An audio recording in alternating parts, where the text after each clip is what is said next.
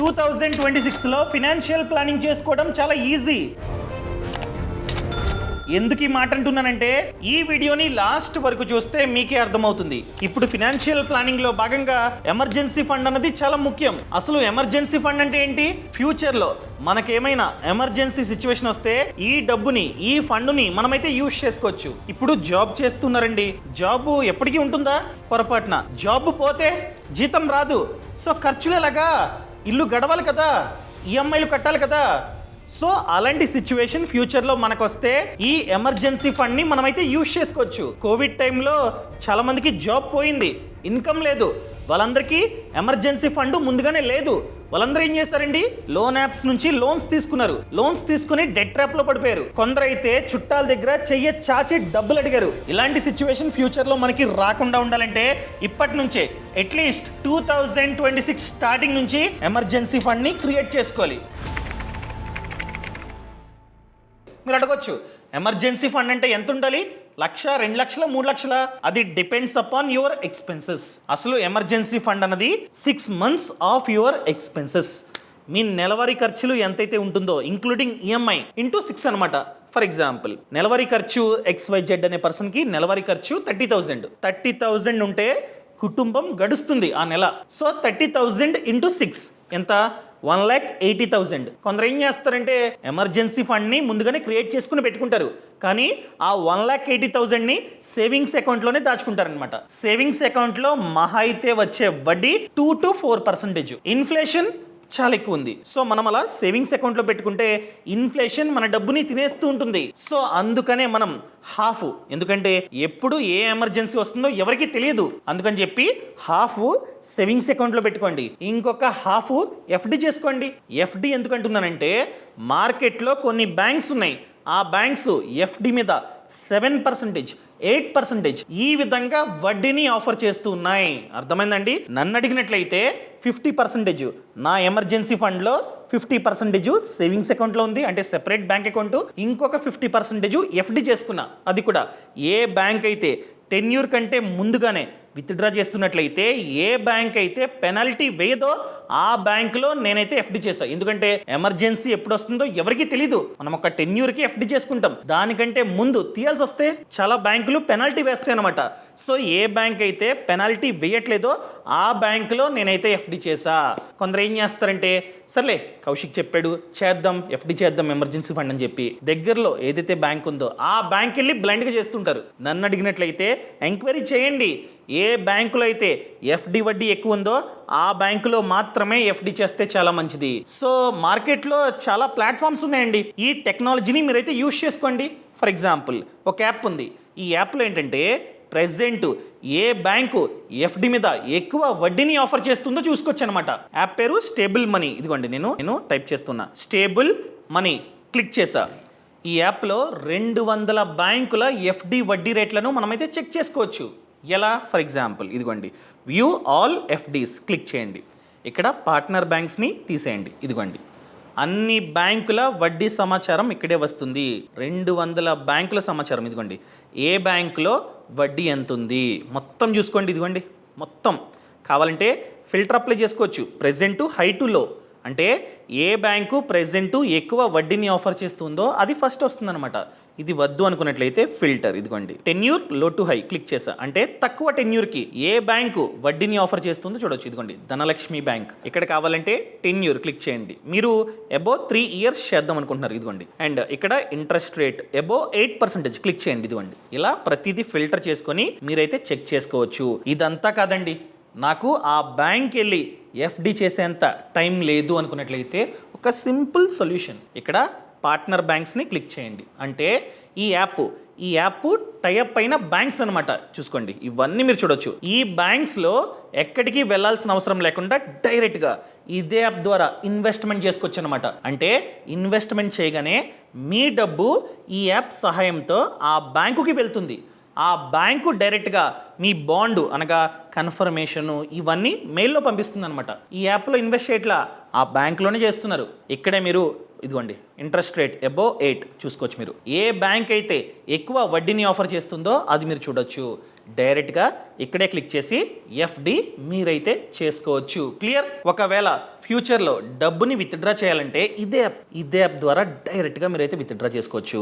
మీ అకౌంట్లో డబ్బు అనేది పడుతుంది. ఒకవేళ మీరు కనుక ఎమర్జెన్సీ ఫండ్ని పార్క్ చేస్తున్నట్లయితే నన్ను అడిగినట్లయితే నో పెనాల్టీ విత్డ్రావల్ అక్కడ క్లిక్ చేసి ఏ బ్యాంక్స్ అయితే పెనాల్టీ వేయట్లేదో ఆ బ్యాంక్స్లో డైరెక్ట్గా కావాలంటే ఇన్వెస్ట్ చేసుకోవచ్చు. అర్థమైందండి? ఈ బ్యాంకు ఎటువంటి పెనాల్టీ వేయట్లే. ఒకవేళ మీరు కనుక టెన్యూర్ కంటే ముందుగానే విత్డ్రా చేస్తున్నట్లయితే ఈ బ్యాంకు పెనాల్టీని వేయట్లే. అర్థమైందండి?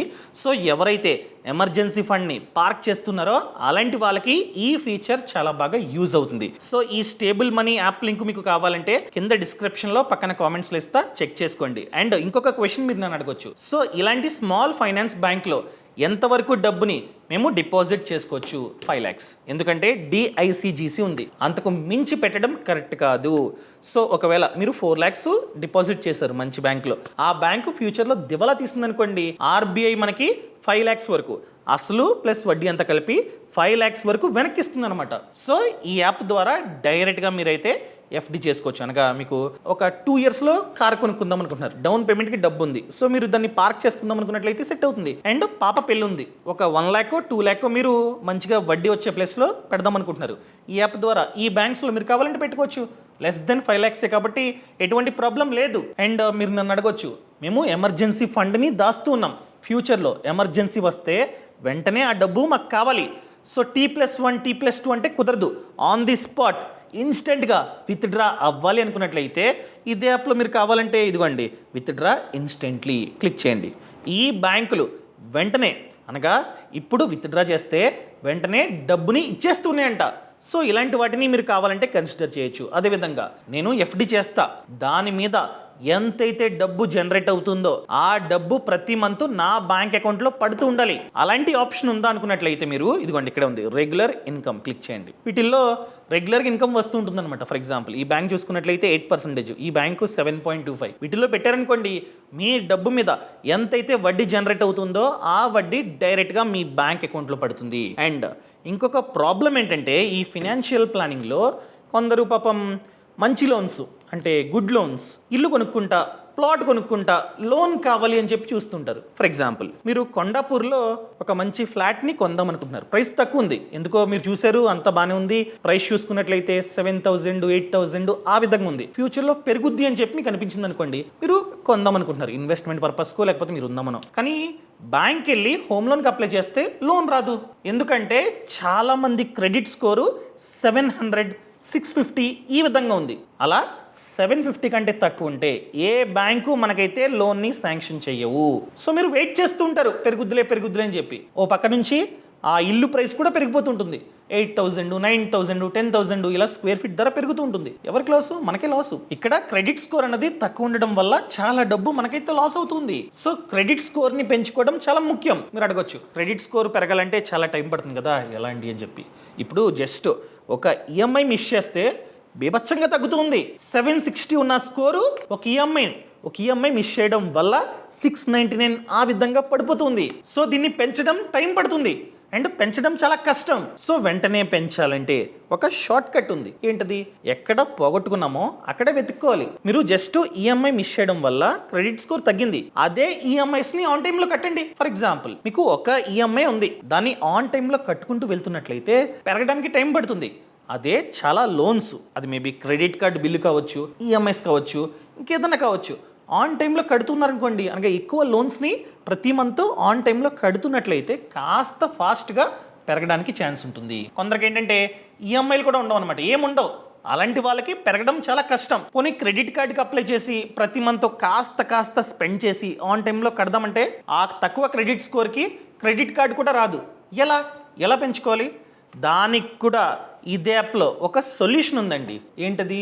Secured credit card. ఇదిగోండి ఇదే యాప్లో ఇదిగోండి సెక్యూర్డ్ క్రెడిట్ కార్డ్ క్లిక్ చేయండి. ఇది ఎఫ్డి అగెనెస్ట్ క్రెడిట్ కార్డ్. అంటే కాస్త డబ్బుని మనం ఎఫ్డి చేయాలి, ఆ ఎఫ్డిని ఆ బ్యాంకు సెక్యూరిటీగా పెట్టుకొని మనకి కార్డు ఇస్తుంది అనమాట. సో ఈ కార్డు మనకి రావాలంటే క్రెడిట్ స్కోరు ఎక్కువ ఉండాల్సిన అవసరం లేదు. క్రెడిట్ స్కోర్ని చూడదు బ్యాంకు, అండ్ మనకి ఎంత జీతం వస్తుందో చూడదు.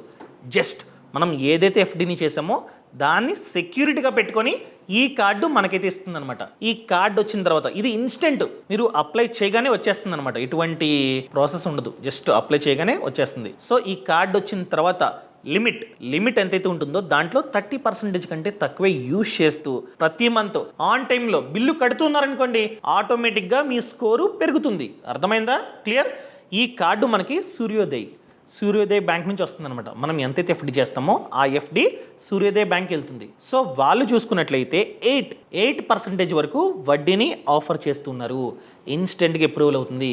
అండ్ ఈ కార్డ్ని మనం యూజ్ చేసిన ప్రతిసారి 0.5% క్యాష్ బ్యాక్ కూడా మనకైతే వస్తుంది అనమాట. అర్థమైందండి? అండ్ ఇక్కడ ఇంకొక అడ్వాంటేజ్ ఏంటంటే వేరే కార్డ్స్కి లేదు, వేరే ఎఫ్డి అగెన్స్ట్ క్రెడిట్ కార్డ్స్కి ఈ ఆప్షన్ లేదు. ఏంటంటే ఎయిర్పోర్ట్ లాంజ్ యాక్సెస్ ఫ్రీ. అంటే మనం ఎయిర్పోర్ట్స్కి వెళ్ళినప్పుడు లాంజెస్ ఉంటాయి అనమాట, అక్కడ మనం ఫ్రీగా ఉండాలంటే, ఫ్రీగా తినాలంటే ఖచ్చితంగా మన దగ్గర కార్డు ఉండాలి, మంచి కార్డు ఉండాలి. అలాంటిది ఈ క్రెడిట్ కార్డు లాంజ్ యాక్సెస్ని మనకైతే ఆఫర్ చేస్తుంది.